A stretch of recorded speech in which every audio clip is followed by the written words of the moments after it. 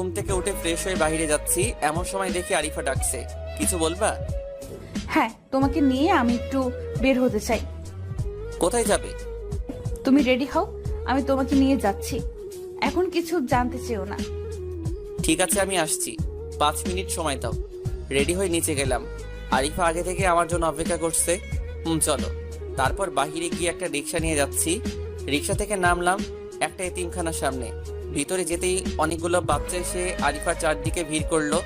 মনে হয় আরিফা এদের অনেক আপন। আরিফা আমার দিকে আঙ্গুল তুলে বলছে, ওই যে তোমাদের ভাইয়া। কিছু বুঝে ওঠার আগে বাচ্চাগুলো আমার কাছে ছুটে আসলো।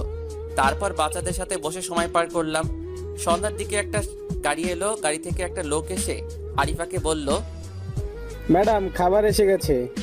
এখন কি বাচ্চাদেরকে খাবার দিয়ে দেব? সবাইকে খবর দাও। এমন সময় আরিফা আমার কাছে এসে বলল এদের সাথে বসে খেতে।